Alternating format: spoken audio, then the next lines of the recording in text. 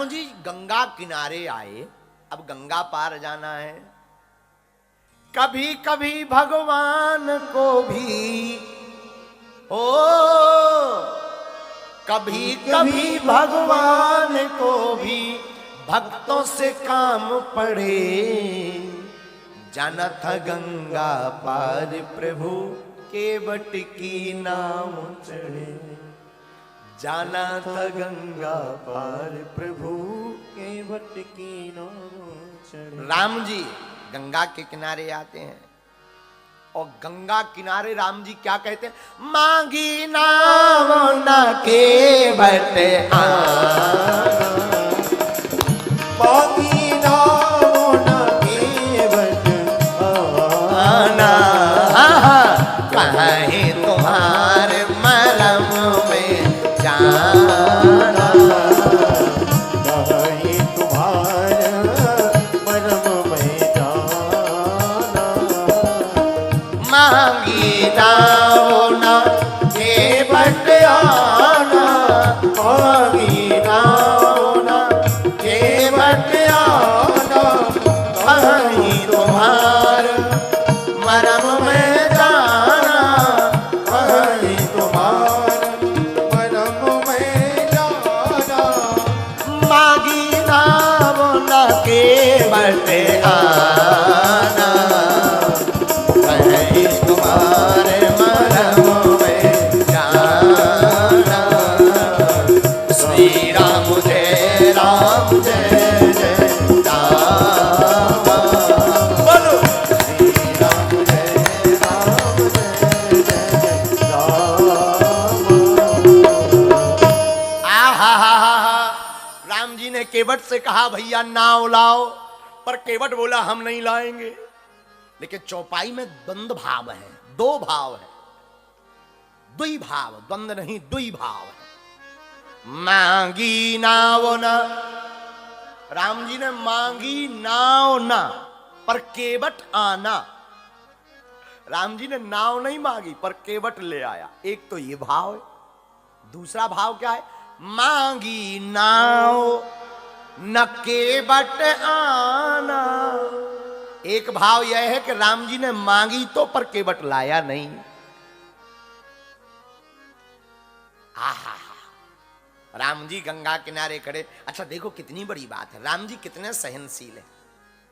कोई और होता तो ये कहता ठीक है भैया मत लाओ, तुम्हारे दिन अच्छे हैं हमारे दिन खराब है, जब हमारे दिन अच्छे आएंगे तब हम बताएंगे। हमको तो 14 वर्ष का वनवास मिल गया तो तुम भी धोखा दे रहे, कोई बात नहीं। लेकिन राम जी ऐसा नहीं कह रहे। राम जी पूछ रहे भैया क्यों नहीं लाओ? केवट बोला नहीं लाएंगे। अरे भाई कोई कारण तो होगा। तो केवट कहता है कहा ही तुम्हारे मरम में जान। मैं आपका मरम जानता हूं। लक्ष्मण जी को चिंता हो गई, टेंशन हो गई कि हम 24 घंटे साथ में रहते, हम नहीं जान पाए मरम। ये भाई साहब दूर से बता रहे कि हम मरम जानते। धन्य हो गया, धन्य है। लेकिन केवट बड़े दावे के साथ कहता कह ही तुम्हार मरम में जाना। अच्छा यहां मरम क्या जाना केवट ने? यहां भी संतों ने दो भाव दिए। एक भाव तो वो केवट पहचान गया कि ये वही राम जी हैं जो पूर्ण परब्रह्म परमात्मा हैं। दूसरा भाव क्या? दूसरा भाव ये केवट यह जानता है कि आज तक जितने भी लोग गंगा किनारे आए उन्होंने नाव नहीं मांगी, ऑर्डर दिया नाव लाओ। लेकिन पहली बार कोई ऐसा व्यक्ति आया है जो कह रहा है मांगी नाव, जो मांग रहा है। और कोई अगर मांग रहा है तो साधारण नहीं है। इसलिए केवट कहता है हम समझ गए कि कह ही तुम्हार मरम में जाना। लक्ष्मण जी मुस्कुरा के बोले अच्छा भाई साहब जो बताओ तो मरम क्या जान गए? क्या क्या जान गए?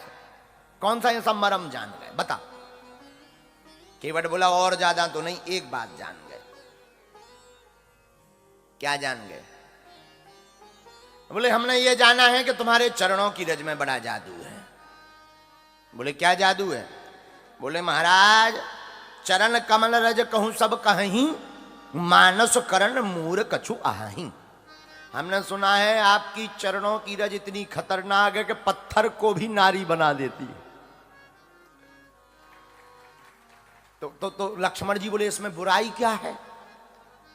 केवट बोला बुराई क्या नहीं है ये पूछो।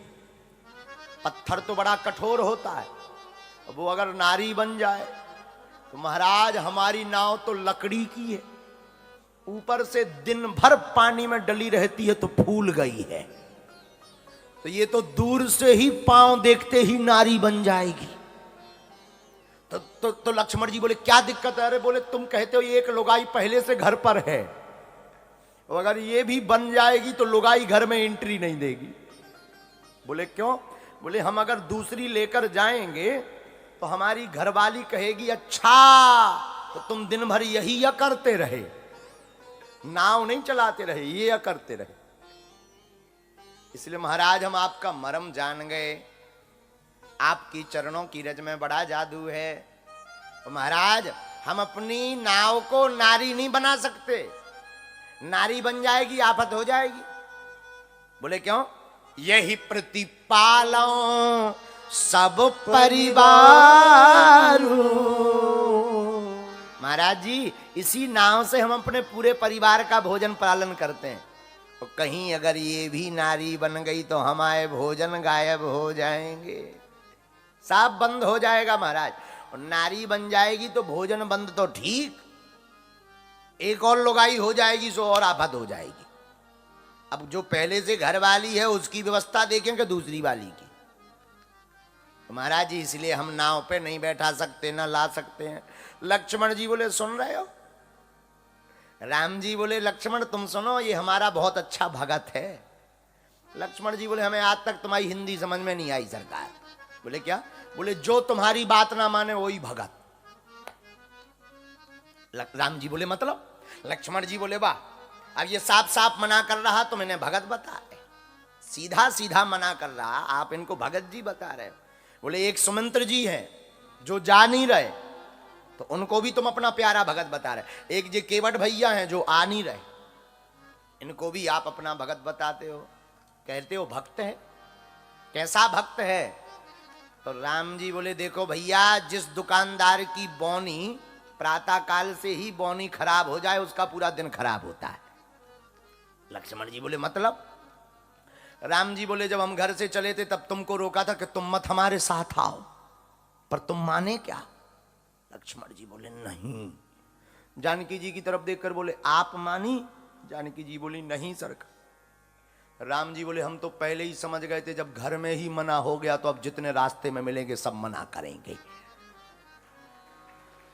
अब कोई हाँ कहने वाला नहीं है, अब सब मना करेंगे।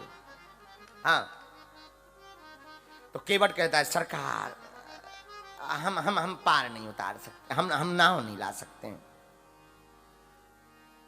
केवट कहता सरकार अगर हम लाएंगे तो आफत हो जाएगी। राम जी बोले देखो भाई कोई उपाय हो तो बताओ। बोले सरकार एक उपाय है। बोले क्या? पद कमल धोय चढ़ाय नाव नाथे उतराई चहो। पद कमल धोए चढ़ाए नाव नाथे उतराई चहो। मोहि राम रावर आन दशरथ सपत सब साची कहो। मोहे राम रावण आन दशरथ सपत सब साची कहो। बरु वीर मारो लखन पे जब लगे न पाए पखारी हो। तब लगे न तुलसी दास नाथ कृपाल पार उतारी हो। तब लगे न तुलसी दास नाथ कृपाल पार उतारी हो। केवट कहता है सरकार अगर पार जाना है तो एक उपाय है। लक्ष्मण जी बोले क्या? पद कमल धोए चढ़ाए। आपके चरणों को बिना धोए हम पार नहीं कर सकते। और अगर आप संकोच खा रहे हो कि हम नाव पर ले जाएंगे तो उतरा ही लेंगे। हम आपकी नहीं, आपके पूजनीय पिताजी दशरथ जी की शपथ खा करके कहते हैं, हम आपसे कोई उतराई नहीं लेंगे। लक्ष्मण जी का दिमाग खराब हो गया कि हमारे तक तो ठीक है, पिताजी ने क्या बिगाड़ा है। धनुष बाण निकाल लिया, सावधान केवट, तैयार हो जाओ मरने को। लेकिन धन्य है केवट, केवट भययुक्त नहीं हुआ, केवट अभय है, क्योंकि सामने अजय अभय रघुराई खड़े हुए हैं। केवट डरा नहीं, भयभीत नहीं। केवट बोला लगो बाण, मार दो, लगो, छोड़ो, लगो बाण, लो हम खड़े हैं। तो किसी ने पूछा कि तुम्हें डर नहीं लग रहा? केवट बोला 1% नहीं। कारण? बोले ऐसी मौत किसकी होगी?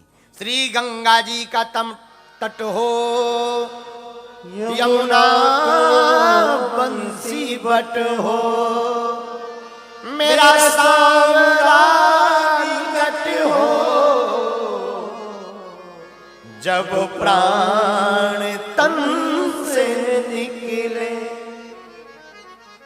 ऐसी मौत किसकी होगी? गंगा जी का किनारा भी है, सरकार भी सामने खड़े हैं। लक्ष्मण जी बाण मारो मारो मारो, राम जी बोले बेट रुक जाओ रुक जाओ रुक जाओ। लक्ष्मण जी छोड़ ना दे। बोले क्यों? बोले इसका तो उद्धार हो जाएगा, अपनी फजीहत हो जाएगी। लोग कहेंगे कि छोटी सी बात पर छोटे भाई ने मसक दिया बाण, इसलिए रुक जाओ। लक्ष्मण जी बोले कैसे रुक जाओ? ये अपने पिताजी का नाम लेना। राम जी बोले रुक जाओ। लक्ष्मण जी बोले अब हम नहीं समझाएंगे, तुम ही समझाओ, इससे तो आप ही निपटो, हमारे बाहर है हमसे तो। लक्ष्मण जी ने धनुष बाण रख लिया। तो केवट तुरंत क्या कहता है? बरु तीर मारहु लखन पे, जब लगी न पारे उतारी, जब लगी न पाए पखारी हो। आप भले ही तीर मार दो, पर हम तब तक पार नहीं उतारेंगे जब तक आप हम चरण आप दोनों के तीनों के नहीं धो लेंगे। राम जी बोले भैया जब चरण ही धोना है तो विवाद क्यों कर रहा है, चरण धो लो। तो बोले नहीं, कहो कि चरण धो। अच्छा, संसार में ऐसा कौन श्रीमान होगा जो अपने मुंह से खुद कहेगा कि हमारे चरण धो? लेकिन धन्य केवट, केवट कहता है आप कहो कि चरण धो, हम फिर धोएंगे, क्योंकि हमें थोड़ी गरज है। केवट की वाणी सुनना, हमें थोड़ी गरज है, पार तो आपको आ जाना है, हमें नहीं है गरज।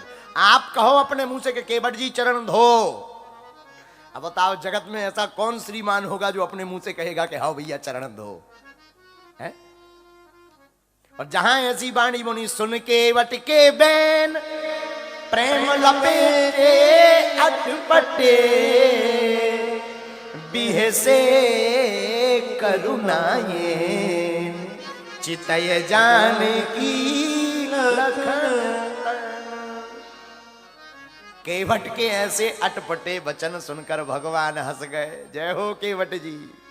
और जहां प्रभु को हंसता हुआ देखा, बोले बस यही तो हम चाहते थे। लक्ष्मण जी बोले अच्छा क्या चाहते थे?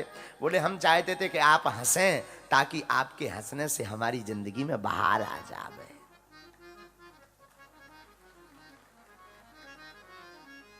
चाहे मार दो हरिया, चाहे तार दो हरि, चाहे मार दो हरिया, चाहे तार दो हरि। ऐसे वचन सुन करके केवट के भगवान हंस गए। बोले भैया एक काम करो, बोलो कृपा सिंधु बोले मुस्काई। भगवान मुस्कुरा करके बोले सोई करो जेहि तब नाव न जाए। हे केवट भैया वही करो जिससे हमें नाव में चढ़ने को मिल जाए। केवट बोला एक ही उपाय, चरण। तो राम जी बोले भैया धो। बेग आनु जल पाए पखारो, होते विलंब उतारे पारो।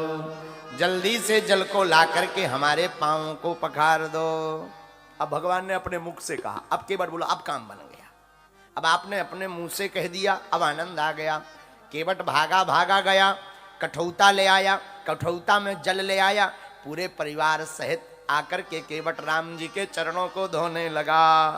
अति आनंद उमंग अनुरागा, अति आनंद उमंग अनुरागा, अति आनंद उमंग अनुरागा, अति आनंद उमंग अनुरागा, चरण सरोज पखारन लागा, चरण सरोज पखारन लागा, चरण सरोज पखारन लागा, चरण सरोज पखारन लागा।